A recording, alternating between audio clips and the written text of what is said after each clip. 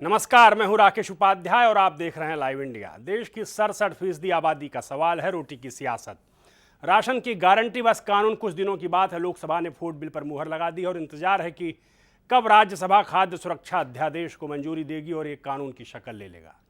जाहिर है यूपीए सरकार इसे चुनावी ब्रह्मास्त्र मानकर चल रही है। वहीं देश के बहुत बड़े तबके में ये सवाल भी घर कर गया है कि आखिर इस बिल की नौबत आई क्यों सदियों का स्वावलंबी समाज पेट भरने के लिए सरकारी मदद का मोहताज हो गया। देखिए हमारी एक खास पेशकश।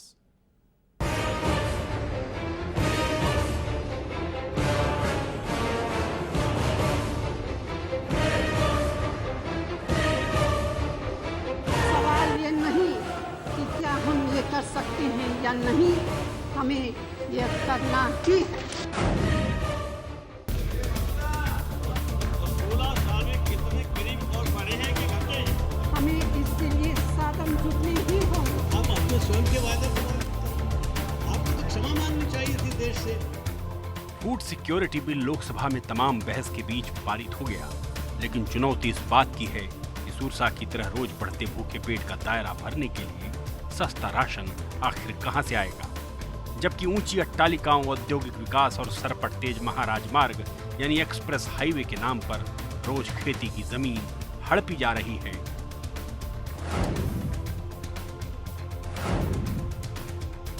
चयनित किए गए हैं 1997 के अनुसार और अब है 2013 और 16 साल में कितने गरीब और बढ़े हैं कि घटे हैं, इसकी संख्या है ही नहीं। आपको संख्या बतानी चाहिए। लोकसभा में जब फूड बिल पर चर्चा हो रही थी, बाजार में पस्त पड़ा रुपया अपनी कमजोरी पर सबसे ज्यादा आंसू बहा रहा था। दुनिया के बाजार में 67 साल पहले यानी आजादी के वक्त जिस रुपए की ताकत डॉलर के बराबर थी, आज वो रुपया $1 में 65 रुपए के भाव बिकने लगा है। जाहिर तौर पर दुनिया से खरीद करते वक्त हर चीज सोने के मोल मिल रही है और देश का माल बेचते वक्त रुपया मिट्टी के मोल तौला जा रहा है। महंगाई आसमान पर पहुंचने लगी है।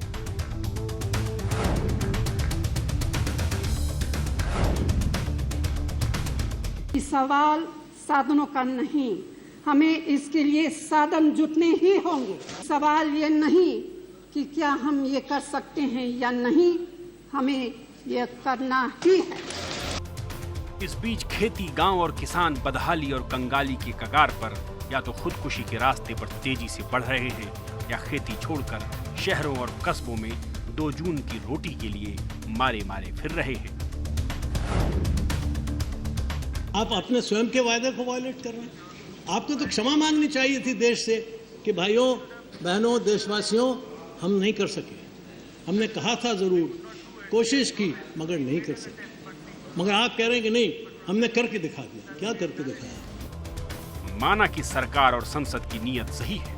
लोकसभा से 67% आबादी का पेट भरने के लिए फूड बिल पास हो चुका है और राज्यसभा में उम्मीद के मुताबिक मानसून सत्र में ही इस बिल पर मुहर लग जाएगी।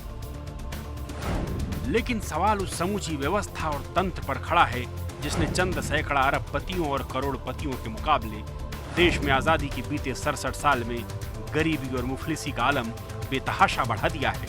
आंकड़ों की बाजीगरी से हटकर सच्चाई से देखें तो देश की असल जरूरतमंद और गरीब आबादी का आंकड़ा 67% से 80% के बीच लटक रहा है। जाहिर तौर पर देश की ज्यादातर आबादी को सियासी तौर पर फुसलाने और लुभाने का अब एक ही रास्ता, एक ही मंत्र बचा है, रोटी की सियासत यानी भूखों को पेट भरने की guarantee. Rakesh Upadhyay, live India. जाहिर तौर पर हिंदुस्तान उतना ही नहीं है जितने में दिल्ली चमकती है। लोकसभा में फूड बिल पर मुहर लगते ही भोजन की गारंटी पर कांग्रेस और बीजेपी आमने सामने है। यूपीए सरकार के रणनीतिकारों ने यह बताने में गुरेज नहीं किया है कि बीजेपी ने संसद ठप कर हमेशा फूड बिल के रास्ते को रोकने की कोशिश की। वहीं बीजेपी ने भी साफ किया है कि वो फूड बिल को छत्तीसगढ़ मॉडल की तर्ज पर सरकार में आने के बाद और बेहतर बनाएगी। लोकसभा में फूड बिल पास होते ही सरकार और विपक्ष के बीच फूड बिल को लेकर बनी जुगलबंदी औंधे मुंह जमीन पर आ गिरी। बीजेपी ने दावा किया कि उसके बगैर खाद्य सुरक्षा की गारंटी मिलनी मुश्किल थी, तो यूपीए के रणनीतिकारों ने भी फौरन आईना सामने रख दिया। भारतीय जनता पार्टी के पूरे प्रयासों के बाद कोई ना कोई अड़चन पैदा करने में कि वे आम जनता को कहना चाहते हैं वो उसको सपोर्ट कर रहे हैं, पर इनकी नीयत और नीति इसके विरोध करने की। इसके पहले लोकसभा में नेता विपक्ष सुषमा स्वराज ने कहा था कि वो फूड बिल को और बेहतर तरीके से पारित कराना चाहते थे, लेकिन यूपीए सरकार ने ही संशोधन खारिज कर दिए। इसको बहुत सुधार की जरूरत है। जिस तरह संशोधन लोगों ने सुने होंगे उससे लगा होगा ये बिल कितना कमजोर है और कैसे, क्योंकि हमने कोई भी संशोधन ऐसा नहीं दिया था जो ना मानने जाने वाला था, वो चाहे गर्भवती स्त्रियों वाला हो। लोकसभा में फूड बिल में तमाम खामियां गिनाने वाली समाजवादी पार्टी के सुर भी बिल पारित होने के बाद बदलने लगे हैं। समाजवादी नेता अब चाहते हैं कि राज्यसभा में भी बिल पर जल्द मुहर लग जाए। जल्दी में तमाम खामियां इसको लाने से पहले तमाम दलों के नेता से बात कर ली गई थी, मुख्यमंत्री से बात कर ली थी, तो ये खामियां नहीं होती और गरीबों को हक देश के मिल गया। हाँ, निश्चित ही पास होगा। राज्यसभा भी हम लोग कुछ अमेंडमेंट रखेंगे, हम चाहेंगे सरकार यहाँ पर अमेंडमेंट पर विचार कर ले। फिलहाल गरीबों के लिए समाजवादी पार्टी रोड़ा नहीं बनना चाहती, हम गरीबों के हर हक में गरीबों के साथ। देश की 67% आबादी को भोजन की गारंटी से वोट की गारंटी भी जुड़ी है और यही वजह है कि तमाम विरोध के बावजूद भोजन की गारंटी के कानून के रास्ते में कोई भी राजनीतिक पार्टी अब दीवार नहीं बनना चाहती। राकेश उपाध्याय के साथ आमोद राय, लाइव इंडिया। तो फूड बिल का एक सबब यह भी है कि कण-कण को मोहताज कर्ण का देश हो गया। फूड बिल सोमवार को लोकसभा से पारित हो गया और अब राज्यसभा में फूड बिल को पास कराने में सरकार के रणनीतिकार जुट गए। माना जा रहा है कि बीएसपी, जेडीयू, आरजेडी और संशोधनों के साथ विपक्ष यानी बीजेपी भी के समर्थन से फूड बिल राज्यसभा में भी पारित हो जाएगा। इसके बाद बिल कानून की शक्ल लेगा और राष्ट्रपति के दस्तखत होते इसे देश भर में ऑर्डिनेंस की जगह लागू कर दिया जाएगा। यानी आज़ादी के 67वें साल में 67% गरीब और ज़रूरतमंद आबादी का पेट भरने के लिहाज से फूड बिल जो बेहद अहम यूपीए सरकार के लिए है वो लागू हो जाएगा। और फूड गारंटी को लेकर कांग्रेस और बीजेपी में सियासी टकराहट भी बढ़नी तय है, क्योंकि कांग्रेस के रणनीतिकारों का आरोप साफ है कि बीजेपी तो चाहती नहीं थी कि ये बिल लोकसभा से पारित हो, संसद से पारित हो, लिहाजा बार बार संसद की कार्रवाई रोकी जा रही थी और बजट सत्र से इसमें अड़ंगा लगाया जा रहा था। लेकिन अब लोकसभा से बिल पारित हो गया है और अब राज्यसभा में इंतजार है कि कब इस पर मुहर लग जाती है और रोटी की राजनीति 2014 के लिहाज से उसका विधानसभा चुनावों में शक्ति परीक्षण भी हो जाएगा। बीजेपी कह रही है छत्तीसगढ़ मॉडल और शिवराज सिंह चौहान भी अन्नपूर्णा योजना लेकर सामने हैं। एआईडीएम के जयललिता ने चावल के कोटे को लेकर विरोध किया कि भाई हमारा चावल का कोटा कम नहीं होना चाहिए तमिलनाडु का राइट टू फूड बिल लागू होने के बाद। तो तमाम सवाल हैं और तमाम सवाल खड़े किए गए हैं बीजेपी की ओर से भी कि भाई आपका ये फूड बिल पोषण नहीं देता है, इसमें चावल है, इसमें रोटी है, लेकिन इसमें दाल नहीं है, इसमें नमक नहीं है, इसमें पोषण के लिए ज़रूरी इंतज़ाम नहीं है, बच्चों के लिए इसमें कुछ खास नहीं है और बच्चों, बुजुर्गों, बड़ों सबको एक समान 5 किलो 7 किलो के हिसाब से आप अनाज देना चाहते हैं। तमाम सवाल विपक्ष ने खड़े कर दिए इस फूड बिल पर।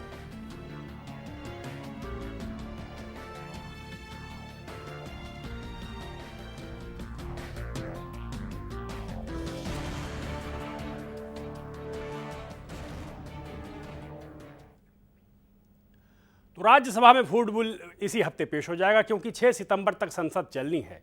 यानी सरकार की कोशिश है कि इसे मानसून सत्र में ही कानूनी जामा पहना दिया जाए। जाहिर तौर पर चुनावी साल है, विधानसभा चुनावों का बिगुल कभी भी बच सकता है और लोकसभा चुनाव की उल्टी गिनती भी मानसून सत्र के बाद कभी भी शुरू हो सकती है। लिहाजा फूड बिल हर राजनीतिक पार्टी की जुबान पर अब सबसे ऊपर है। राज्यसभा में मुझे उम्मीद है कि सारे लोग सहयोग करेंगे, जितनी पॉलिटिकल पार्टी जो मदद करेंगे, क्योंकि एक ऐसा बिल है जो देश के 80-83 करोड़ लोगों के पेट में सस्ता अनाज देगा। तो मुझे लगता है पूरी उम्मीद है कि सब लोग मदद करेंगे और इसको पारित कराने के लिए मुझे लगता है कि सबका सहयोग मिलेगा।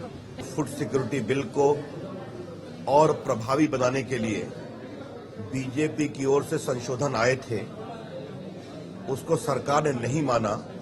इसको लेकर बहुत गंभीर चर्चा हुई। कांग्रेस पार्टी इस बिल को लेकर जो चर्चा कर रही है, तो आज जो देश में भुखमरी है, आज जो देश में लोग परेशान हैं महंगाई से,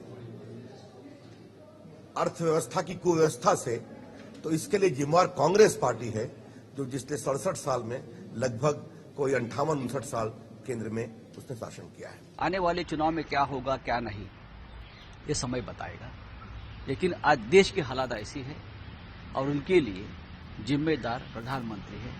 स्पेक्ट्रम हो, कोयला घोटाला हो, कॉमनवेल्थ हो, और भी जो हमारे सीमा पर हो रहा है, पाकिस्तान की घुसपैठ हो, टेररिज्म हो, मनमोहन सिंह ने बतौर प्रधानमंत्री क्या किया है? मनमोहन सिंह पूरी तरह से विफल हुए हैं और अगर स्टेप डाउन करना है तो एक यही समय है, सही समय है कि स्टेप डाउन करना चाहिए।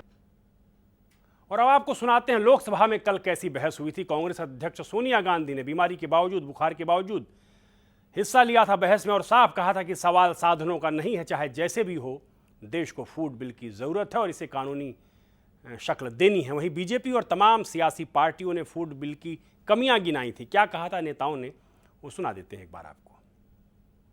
देश और दुनिया के लिए एक ऐसा संदेश जो बिल्कुल स्पष्ट है और बिल्कुल ठोस है कि भारत अपने सभी देशवासियों की खाद्य सुरक्षा की जिम्मेदारी लेता है। हमारे देश का हर एक बच्चा कुपोषण से मुक्त होकर बड़ा हो, उसकी क्षमता का पूरा विकास हो और वो अपने देश की भावी समृद्धि में अपने हाथ बढ़ाएं। 2100 कैलोरी में आप दे रहे हैं 5 किलोग्राम केवल, तो ये आप कर क्या रहे हैं? बच्चे का राशन भी वही, बड़े का राशन भी वही, और जिसमें आप स्टैंडर्ड कौन सा दे रहे हैं? Nutritional standards for children. कहाँ न्यूट्रिशनल स्टैंडर्ड है? तो उसको आप कहते हैं fortified food, ready to eat food. ये क्या बात है? ये रेडी टू ईट फूड कौन देगा, कौन बनाएगा? कोई बड़ी कंपनियां बनाएंगी, वो कोई आम आदमी नहीं बनाता। जिनकी आमदनी नगण्य है, जिनके जेब में पैसे नहीं है चावल खाने का, जिनके जेब में नहीं है गेहूं खाने का, ऐसे समय में ऐसे समय में हम सदन में सभी लोग, सरकार ने जो लाया है कानून, खाद्य सुरक्षा कानून, ये कानून को हम लोग पास करने जा रहे हैं। ये नारा किसका था? ये लेफ्ट के नारे थे शुरू के दिनों में महोदय। हम लोग नारा लगाते थे कि जब तक भूखा इंसान रहेगा धरती पर तूफान रहेगा, और जब ये लागू होने की बात आई है तो तरह तरह के तर्क और कुतर्क दिए जा रहे हैं। खाद्य सुरक्षा बिल लाने से पहले देश के राज्यों के सभी मुख्यमंत्रियों को बुलाना चाहिए था और मुख्यमंत्रियों की राय लेनी चाहिए थी। कम से कम मुख्यमंत्रियों की राय होती तो एक अच्छा बिल आता, आपके सामने सुझाव आते, लेकिन आपने पूरी तरह मुख्यमंत्रियों की उपेक्षा की और जो लागू करेंगे, जो बोझ पड़ेगा प्रदेश में, सारा बोझ पड़ेगा। उस संबंध में उनकी परेशानियों को बिना सुने ये बिल लाना गलत। जाहिर तौर पर सवाल उठता है कि 70% हिंदुस्तान, 67% हिंदुस्तान कब सदियों के इतिहास में भूखा था? कब उसे सरकार से ज़रूरत पड़ी थी कि आओ हमें मदद दो? स्वावलंबी समाज था। सवाल तमाम खड़े हैं राइट टू फूड बिल लागू होने के बाद। वक्त है छोटे से ब्रेक का। बात करेंगे गरीबों की, क्या संख्या है हिंदुस्तान में उनकी।